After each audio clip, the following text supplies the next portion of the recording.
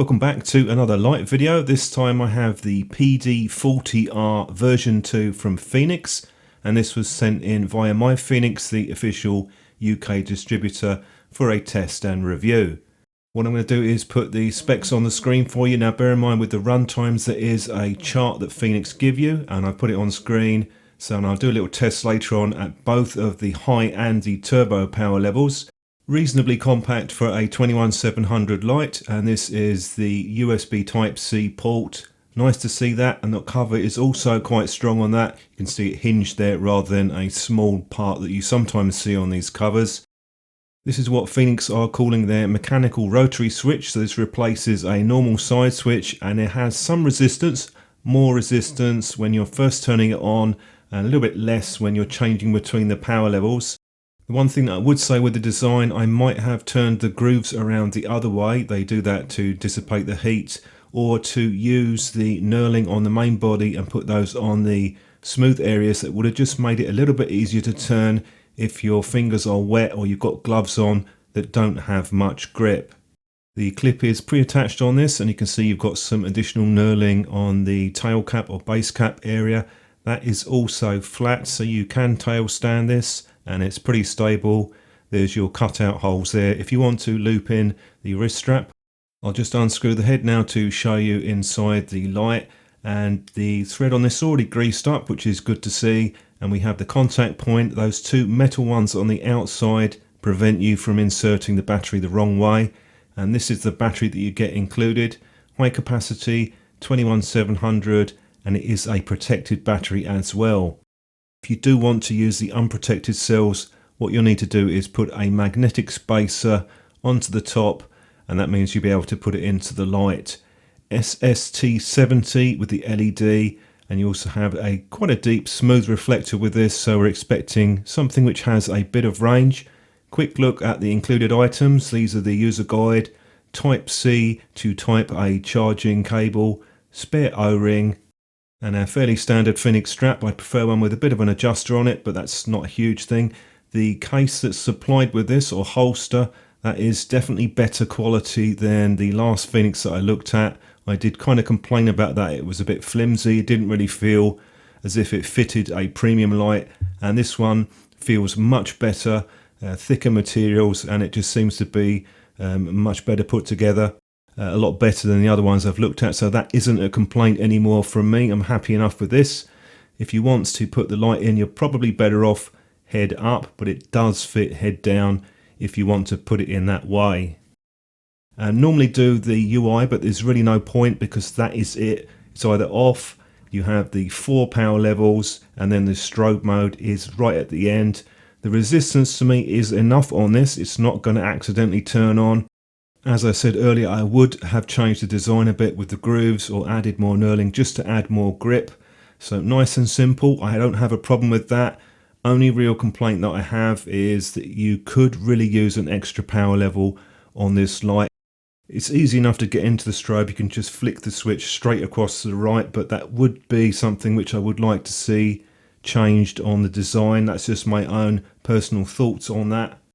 Quick water resistance test, didn't see any issues, and when you turn the light on, you'll notice that the LED comes on for about 2 or 3 seconds. So you've got 4-stage LED, details are on the screen. Good charging speed, just under 1.7 amps, and it terminated at just under 4.2 volts. We'll go on to the beam shots. We'll start with the Unicorn, 850 lumens. I'll start the Fenix off at 350 lumens. It's a cool light, a bit of a green tint. You can see that there's pretty good range even at the lower power levels. Once you're up to the high level, 1000 lumens, then you're up to the turbo, 3000 lumens. They're quoting over 400 meters range on this, so it is a reasonably good thrower, particularly at the high or turbo power levels. I'll run a few more beam shots, then I'll come back with a summary and conclusion at the end of the video.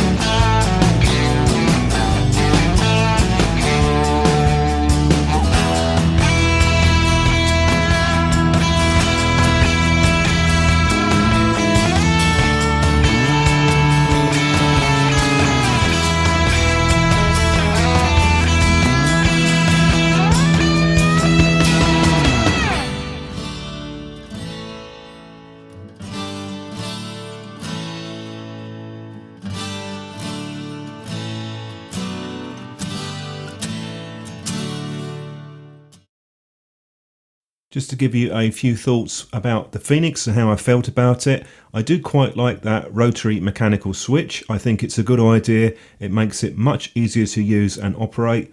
I do think, however, there could be a few improvements to it. For example, more grip, and also they could have added an extra power level. If I compared this to, say, something like the Olight Seeker 2 or the Pro, similar sort of price, I do prefer the beam pattern on the Fenix, if I'm honest, and also think that the fact that you can charge your own batteries in the light is another plus point that would go with the Fenix. Do wish they had have included that moonlight mode though. That would have been a nice improvement. Thanks for watching. Do let me know if you've got any thoughts on this light or if you've used it, and I'll catch up with you soon.